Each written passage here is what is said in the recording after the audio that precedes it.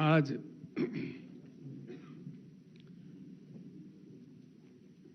भारत के भविष्य को बदलने के लिए, भारत के सोच विचारधारा को बदलने के लिए एक संकल्प लेके भारत राष्ट्र समिति पार्टी का प्रस्थान शुरू हुआ है।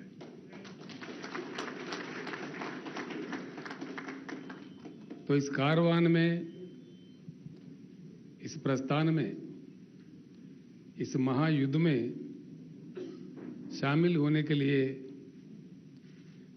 आप तमाम भाई बहनें इतने दूर से उड़ीसा राज्य से आए हैं। मैं आप सभी लोगों को हृदयपूर्वक स्वागत करता हूं, आप सभी का अभिनंदन भी करता हूं। हमारे वरिष्ठ नेता, उड़ीसा के राजनीति के भीष्माचार्य, उड़ीसा के भूतपूर्व मुख्यमंत्री श्री गिरिधर गोमांग जी, उनके धर्मपत्नी जी श्रीमती हेमा गोमांग जी, उनके सपूत श्री शिशिर गोमांग जी, श्रेय रंजन दास जी, रविंद्र मोहपात्रा जी, पालगुनी सबार जी, गोपाल राव जी, मलिया रंजन स्वैन जी और हमारे वरिष्ठ नेता जयराम पंगी जी, बहुत सीनियर नेता है जयराम पंगी जी, और उनके साथ ही आए हुए राजेश पुत्रा जी, जनार्दन महंती जी, दिनेश नायर जी, सुधीर सारंगी जी, सामंत कोहरा जी, प्रताप चौधरी जी, चन्नू मुदुली जी, हरीश चंद्र गैलरी जी, युधिष्ठिर नायक जी और नारायण राव जी, और साथ में काफ़ी एक्स एमएलएस भी वरिष्ठ नेता लोग आए हुए हैं। मैं उन सभी का भी स्वागत करता हूं, अभिनंदन करता हूं। अक्षय कुमार जी एक ऐसे आदमी हैं, ये गांधी के विचारधारा पे चलने वाला हमारे हिंदुस्तान का एक मशहूर एक्टिविस्ट है। उन्होंने काफ़ी प्रयास किया है, जहाँ भी लोगों के साथ अन्याय हुआ तो उन्होंने कृषि संगठन भी चालू किया है। उड़ीसा के किसानों की तरफ से युद्ध लड़ रहे हैं, तो उनके नेतृत्व में भी कई लोग आज आए हैं, कई नेता लोग। Akshay Kumar ji, Ramchandra Hansda ji, ex MP, ex MLA Mayurbhanj से, ये जेएमएम राज के जो मूवमेंट चला था उसमें भी बहुत बड़े नेता थे। वहाँ के लोगों को, वहाँ के संतालों को इकट्ठा करने में उनका बड़ा योगदान था। और श्री नवीन नंदा जी, एक्स एमएलए, श्री रथ Das ji, ex MLA, Shri Arjun Das ji, ex MLA, Raghav Shetty जी, एक्स एमएलए, वृंदावन माझी जी, एक्स एमएलए, देवराज सेठी जी, एक्स एमएलए, कैलाश कुमार मुखी जी, इन्होंने ऑलरेडी जॉइन हो चुके, अपने आप को डिक्लेयर कर लिए। उड़ीसा राज्य में कांग्रेस पार्टी से थे, वहाँ रिजाइन करके ऐलान भी कर लिए। और श्री प्रदीप प्रधान जी, आरटीआई एक्टिविस्ट, श्री शेषदेव नंदा जी, उमाकांत भारत जी, श्री निमई राय जी, एडवोकेट श्री किरोत राउत जी, विश्वप्रिया नायक जी, रक्षाकर अनुपम जी, रंजीत पटनायक, जगबंधु मोहंता जी, सूर्यपदी जी, काशीनाथ बेहरा जी, कैलाश चंद्र नायक जी, सेमडी मुनवर अली जी, अमित कुमार जना जी, प्रमोद कुमार सामंतराय जी, और उनके साथ जो लोग बस में आए, खासकर मैं उनको प्रणाम करता हूं। इतने दूर, इतना लंबा सफ़र करके, आप इतना प्रयास करके इतनी दूर सफ़र करके आए हैं।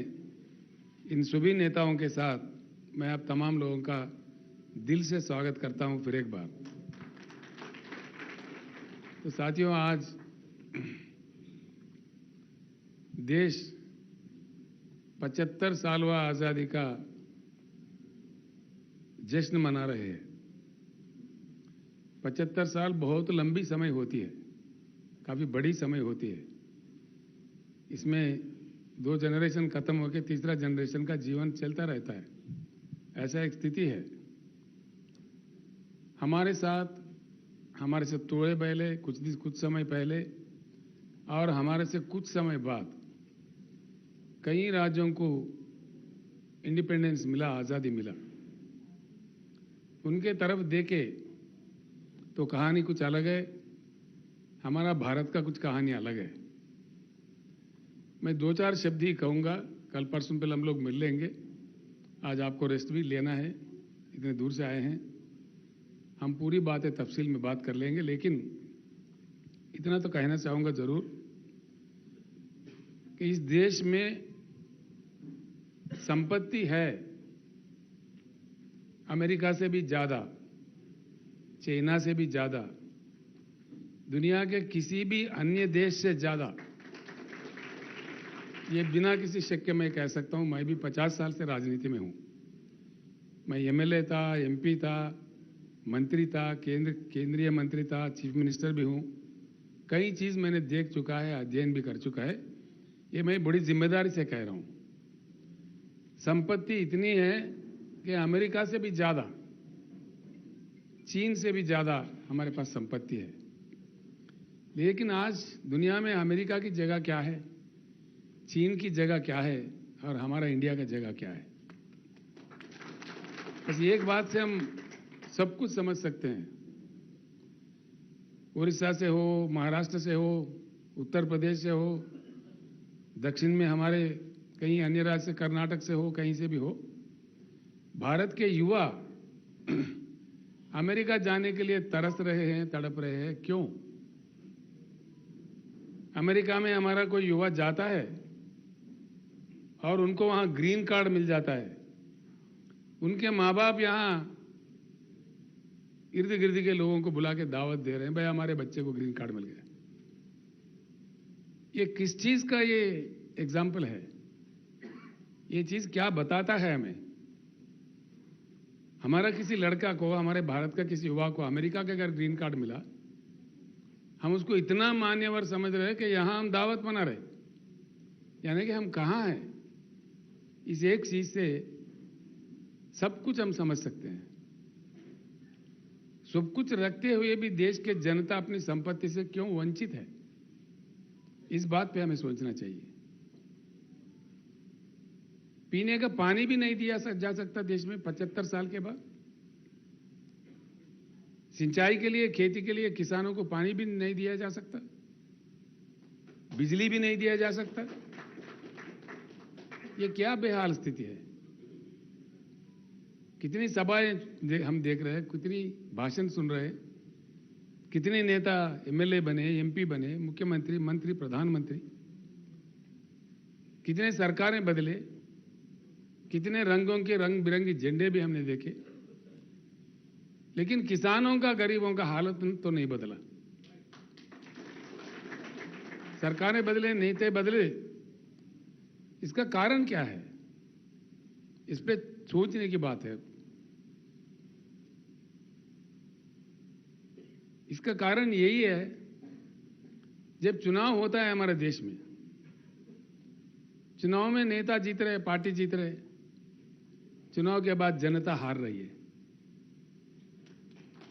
हिंदुस्तान की राजनीति में गंभीर परिवर्तन की जरूरत है कि चुनाव में नेता और पार्टी नहीं, जनता जीते। बाद में, चुनाव के बाद जनता की जीत होना चाहिए। वो लोकतंत्र है, वो लोकशाही है, उसी का नाम सही लोकतंत्र है। इस सही लोकतंत्र को कई षड्यंत्रियों ने, जो राजनीतिक षड्यंत्री है, तोड़ मरोड़ के, गोल घुमा के, नारेबाजी में अपने सत्ता के लिए कितनी बातें कह चुके हैं, कितने वायदे कर चुके हैं, और क्या हुआ क्या नहीं हुआ वो हमारे सामने है। मैं दूसरा एक बात और भी कहना चाहूंगा। आप सभी से मैं एक सवाल भी करना चाहूंगा। ये मुझे मनोमन में, मुझे भी ये सवाल खाए जा रहे हैं अभी कुछ दिन पहले खम्मम के सभा में मैंने यही सवाल पूछा था। आज अपने देश का कोई लक्ष्य है? भारत का कोई लक्ष्य है? आज अपने देश का लक्ष्य क्या है? अपना देश अपना लक्ष्य खो बैठा है, गुमराह हो गया है।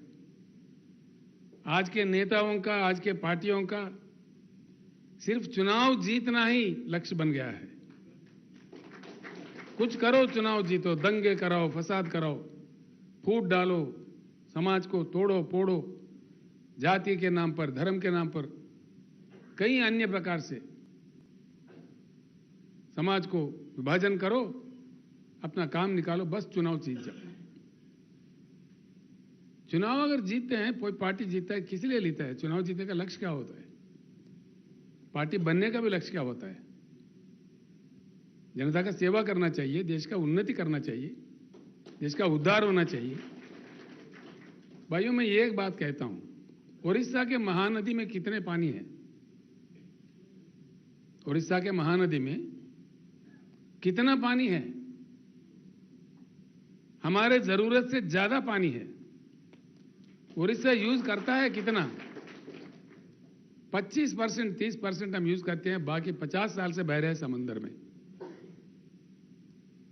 हमें पीने का पानी नहीं है। महानदी के अलावा ब्राह्मणी भी है, वैतरणी भी है, छोटे मोटे कई अन्य नदियां भी है। जा तो कहां जा रहा है पानी? ये पानी हमारे घर में नल के रूप में क्यों नहीं आ रहा है? पीने के पानी का किल्लत होना चाहिए कि उड़ीसा में या देश के किसी अन्य राज्य में? 75 साल में आप इतनी लंबी लंबी भाषण देके, लंबी लंबी आश्वासन देके, कम से कम पीने का पानी नहीं देने के लायक नहीं है। ना पानी का पानी मिलता है, ना करंट मिलता है, फिर क्या मिलता है? भाषण मिलता है। बेरोजगार युवा फिर रहे, करोड़ों युवा।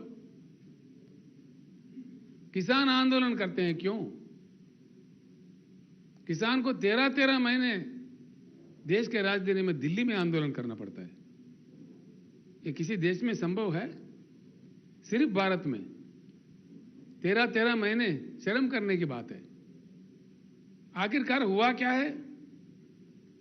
13 महीने किसानों ने आंदोलन किया, उसका नतीजा जीरो। एक भी समाधान नहीं मिला, एक भी समस्या नहीं सुलझा। कम से कम आज तक केंद्र सरकार से एक भी आश्वासन नहीं मिला कि देश के जनता का, देश के किसानों का, देश के गरीबों का इतना मजाक उड़ाया जा सकता है। ये मजाक नहीं है तो क्या है? ये तो खिलवाड़ है जनता के साथ, किसान के साथ। ये सारे चीज बंद होना चाहिए। इसीलिए मैंने नारा दिया है, अब की बार किसान सरकार।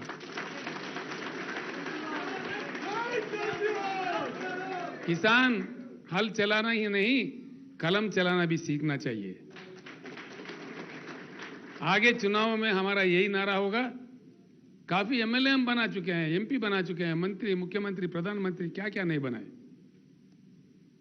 अब हमको ही, किसानों को ही एमएलए बनना है, एमएलए चुनना है और देश का कलमदान संभालना है। चलो तब हम देखते हैं कैसा पानी समंदर से नहीं जाते हुए भूभाग में कैसा नहीं आता, पीने का पानी भरपूर पेट भर पानी कैसा नहीं आता। मैं एक मिसाल देता हूं भाइयों, आप लोगों को, बहनों। 8 साल पहले तेलंगाना में भी बड़ी किल्लत थी, बिजली का भी, पीने का पानी का भी, सिंचाई का पानी का भी। हर चीज के लिए हम भी यहां तरसते थे।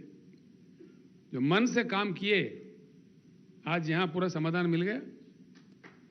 तेलंगाना के हर घर में, वो आदिवासी हो, बंजारा हो या बंजारा हिल के अमीर हो, सभी को एक ही तरह का पानी हर घर में नल के साथ, पूरे घर में, तेलंगाना के 100 के 100% घर में शुद्ध पानी, पोर्टेबल वाटर मिलता है।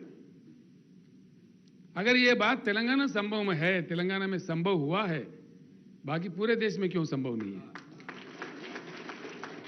अगर ये यहां हो सकता है तो उड़ीसा में क्यों नहीं होगा? राजस्थान में क्यों नहीं होगा? मध्य प्रदेश में क्यों नहीं होगा? देश के किसी अन्य जगह क्यों नहीं होगा? ये धन की बात नहीं है। अब देखिए महाराष्ट्र राज्य में सबसे ज्यादा आत्महत्या किसान कर रहे हैं आज के समय में। अखबारों में पढ़ते हुए शर्म से हमारा सर झुक जाता है।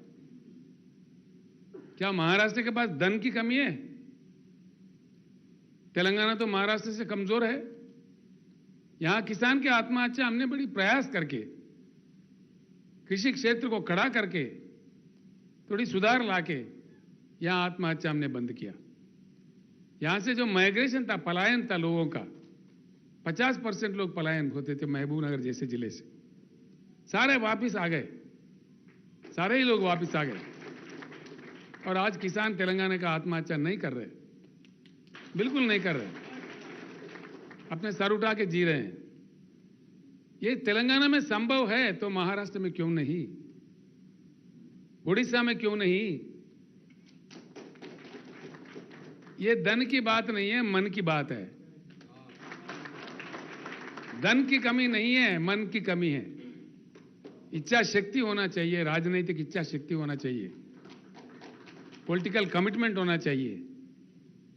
इसीलिए भाइयों मैं कह रहा हूं कि चुनाव में जनता जीतने की प्रक्रिया शुरू करेगा, वो परिवर्तन लाएगा भारत राष्ट्र समिति पार्टी। उस परिवर्तन के लिए ही देश का परिवर्तन चाहते हुए उच्च गुणवत्ता वाला परिवर्तन, क्वालिटेटिव चेंज लाने का प्रयास शुरू हुआ है और ये प्रस्थान विजय प्राप्त करेगा, मुझे पूर्ण विश्वास है। इसलिए कुछ लोग हमारे मजाक उड़ाएंगे, कोई बात नहीं है। वो मोटे लोग हैं, लंबे लोग हैं, चौड़े लोग हैं, उनके पास पैसे ज्यादा है, षड्यंत्र ज्यादा है, हाँ, तो सब कुछ है। हो सकता है हम गरीब है, लेकिन हमारे साथ न्याय है, उनके साथ वो नहीं है। हम जो मांग कर रहे हैं, न्याय की मांग कर रहे हैं। जब हम इंसान होकर पैदा हुए हैं, इंसानी हक जो होते हैं, जो ह्यूमन राइट होते हैं, ये भीख मांग के लेना नहीं चाहिए, ये तो छीन के लेना चाहिए। इसलिए कि हम इंसान हैं। जब हम इंसान बन बैठे तो इंसानी हक हमको मिलना चाहिए, इसको छीन लेना चाहिए अगर नहीं मिल रहा है। जब घी सीधी उंगली से नहीं निकलता तो टेढ़ा उंगली से निकालना चाहिए। यही काम कर सकता है, कुछ दूसरा काम नहीं कर सकता। हो सकता है कुछ मुश्किल झेलने पड़े, कुछ कठिनाइयों का सामना करना पड़े, कोई बात नहीं, चलते रहेंगे, आगे चल के विजय जरूर मिलेगा। एक ईमानदार सोच से पूर्ण देश का परिवर्तन चाहते हुए मैं एक दो बात करके अपनी बात समाप्त करता हूं। बिजली की कमी नहीं है देश में। स्थापित विद्युत शक्ति देश में 4 लाख मेगावाट से भी ज्यादा है। देश ने आज तक कभी 2,10,000 मेगावाट से ज्यादा इस्तेमाल नहीं किया। उड़ीसा में ही कहीं है बिजली घर बने। कितना सुंदर कोयला मिलता है अपने तालचेर में, ढेंकनाल में, कितना जबरदस्त कोयला मिलता है। इतना ज्यादा कोयला खदान रखते हुए ओडिशा में बिजली की किल्लत क्यों भैया, समझ में नहीं आता। इसके लिए हमको अमेरिका से भीख मांगनी है, किसी के सामने हाथ पसारने हैं, फिर इसके लिए भी हमें क्यों भीख मांगना पड़ता है? इसमें भी क्यों शॉर्टेज होता है? जो संपत्ति, यही कह रहा था, संपत्ति हमारे पास है। हमारे तालचेर में, हमारे ढेंकनाल में कितना जबरदस्त वर्ल्ड क्लास कोयला है। तो क्या हो रहा है उस कोयला का? आज जो नीति चल रही है देश में, जो जहां नुकसान आता है ठोक दो जनता पे। Socialisation of the losses, privatisation of the profits. समझ गए आपने? आज जो हो रहा है देश में, मैं आपसे ही कह रहा हूं, socialisation of losses and privatisation of profit. जहां नुकसान हो रहा है बता दो, नुकसान हो रहा, गैस बढ़ाओ, तेल बढ़ाओ, पेट्रोल बढ़ाओ, जनता का जेब काटो। जहां नुकसान होता है जनता के लिए, जनता के सर पे जाएगा नुकसान। जहां फायदेमंद चीजें दो, अदानी को दो, अंबानी को दो, टाटा को दो, बिरला को दो। This is what is happening in this country. यही तो चल रहा है। इस विश्व वलय से, इन षड्यंत्रियों से देश को बचाना है, देश को निकालना है। काफी समय हो चुका है। इसी के लिए शुरू हुआ है भारत राष्ट्र समिति। यह अभी चल पड़ा है। कभी कभी मुझे भी आश्चर्य होता है, जिस प्रकार का मुझे टेलीफोन्स आ रहे हैं, जिस प्रकार का रिस्पांस मिल रहा है बहुत राज्यों से। आपने तो कई वरिष्ठ लोग, नेता लोग, कई बार जयराम पंगी जी जो 3-3 बार 4-4 बार एमएलए रह चुके हैं, एमपी भी रह चुके हैं, मंत्री भी रह चुके हैं। गोमांग जी का तो लाजवाब नेता है, उनके बारे में मुझे बताना अच्छा नहीं रहेगा इनके लिए। इतना उड़ीसा में कोई ऐसा आदमी ना हो उनको नहीं जानता। इतने सीनियर नेता, इतना लंबा उनका पॉलिटिकल करियर है और स्पॉटलेस कैरेक्टर है गोमांग जी का। ये मैं जब पंगी साहब से बात कर रहा था, जयराम जी भी इतने बड़े दिल वाले हैं, मैंने पूछा, बात हो रही थी तो जयराम जी बताए, साहब गिरधर साहब इतने अच्छे कैरेक्टर वाले हैं, मैं उनका विरोध करता था तभी भी दिल्ली जाता तो उन्हीं के घर रुकता था, मैं वहीं रहता था। ये हमारा प्यार है। मतलब इतने महान इनका कैरेक्टर है। अब इतने सारे लोग आए हैं, मुझे बहुत हिम्मत बढ़ी है। 1000 हाथियों का हिम्मत आज मुझे आया है। तो इतने ज्यादा लोग इतनी दूर से, उड़ीसा से इतना कष्ट उठा के आपने हैदराबाद आए, ये हमारे भाग्य है कि आप इतने लोग बीआरएस दफ्तर में कदम रखे हैदराबाद में। ये अच्छी बात है, अच्छी शुरुआत है। जरूर हमको विजय प्राप्त होगा, देश परिवर्तित होगा। आज जो जनता वंचित है अपने संपत्ति से, देश की संपत्ति से, पूर्ण संपत्ति से जनता मिलेगा। किसानों को अपना हक मिलेगा। हर चीज को, हर सेक्शन को हम साथ लेके एक महान भारत, सुहान भारत का निर्माण करने के लिए निकल पड़े हैं। उसका सपना हम देखते हैं। कल फिर हम मुलाकात करेंगे, वहां पे मैं आपसे मिलता हूं। आप कुछ चीजें देखना चाह रहे। अक्षय जी मुझे कहे लास्ट बस में आ गए। पार्टी अगर चुनाव जीतता है, वही जनता की जीत होती है, तब जाके जनता। पहली बार मैं एक बात करके अपना बात समाप्त करूंगा। हमारे जो आदिवासी भाई है, हमारे दलित भाई है, क्या स्थिति है उन लोगों का? आज भी लड़ना पड़ता है। Doctor B R. अंबेडकर का सिद्धांत अगर आजादी के शुरुआत से अमल किया होता, आज ये स्थिति हिंदुस्तान में नहीं रहता। अभी हमने यहां पे एक स्कीम चालू किया है, दलित बंधु। कल आपको बता देते हैं, जिनको प्राप्त हुआ स्कीम के माध्यम से, उनसे आपको मिला भी देते हैं। हर दलित घराने को, यहां 17.5 लाख घराने हैं तेलंगाना राज्य में। हर दलित घराने को बिना किसी शर्त के, बिना किसी बैंक लिंक के 10 लाख रुपए दिए जाते हैं। वो चाहे जो चाहे मर्जी कर सकते हैं। बीआरएस का ये नारा है, पूरे हिंदुस्तान में किसानों को मुफ्त बिजली दिया जाएगा। बीआरएस का सरकार बनने पर सिर्फ 2 साल के अंदर जगमगाता हिंदुस्तान के कोने कोने में 24 घंटा बिजली प्राप्त करवाते हैं। जो काम तेलंगाना में हुआ है वो संभव है। हम एकड़ में 10,000 रुपए देते हैं किसान के लिए, निवेश के लिए। किसान बंधु प्रोग्राम में भी पूरा देश में दिया जाएगा। ये मन की बात है, राजनीतिक इच्छा शक्ति की बात है। और दलित बंधु भी हर साल 25 लाख घराने में, सारे देश में दलित बंधु भी इंप्लीमेंट होगा। ये कार्यक्रम हम लेके चलेंगे। पानी समंदर में नहीं जाने देंगे, पानी को धरती पर लाएंगे। जो प्यासे लोग हैं उनका प्यास मिटाने के लिए शुद्ध पानी, पीने का पानी पूर्ण रूप से उनको प्राप्त करवाएंगे। मैं एक बात और कहूंगा, आपको आश्चर्य होगा।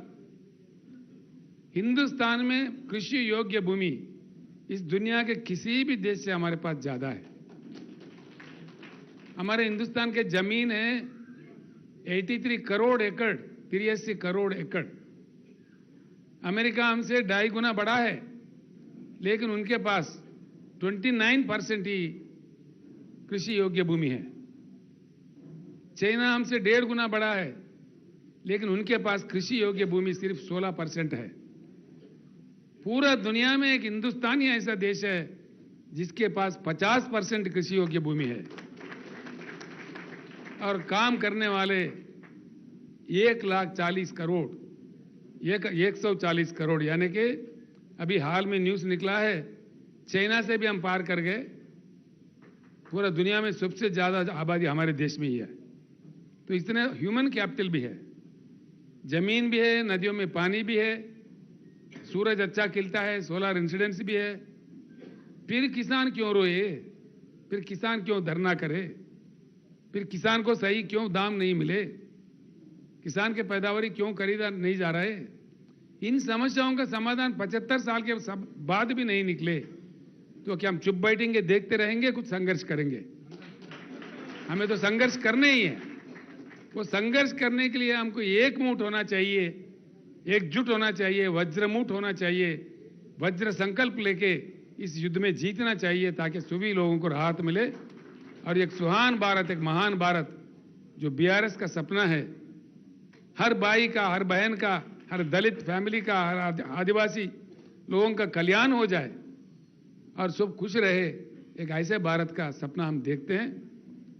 इस सपना को साकार करने में, इस युद्ध में शामिल होने के लिए जितने सारे भाई बहनें आए हैं, मैं फिर एक बार दिल से आप लोगों का स्वागत करते हुए मैं अपनी बात समाप्त करता हूं।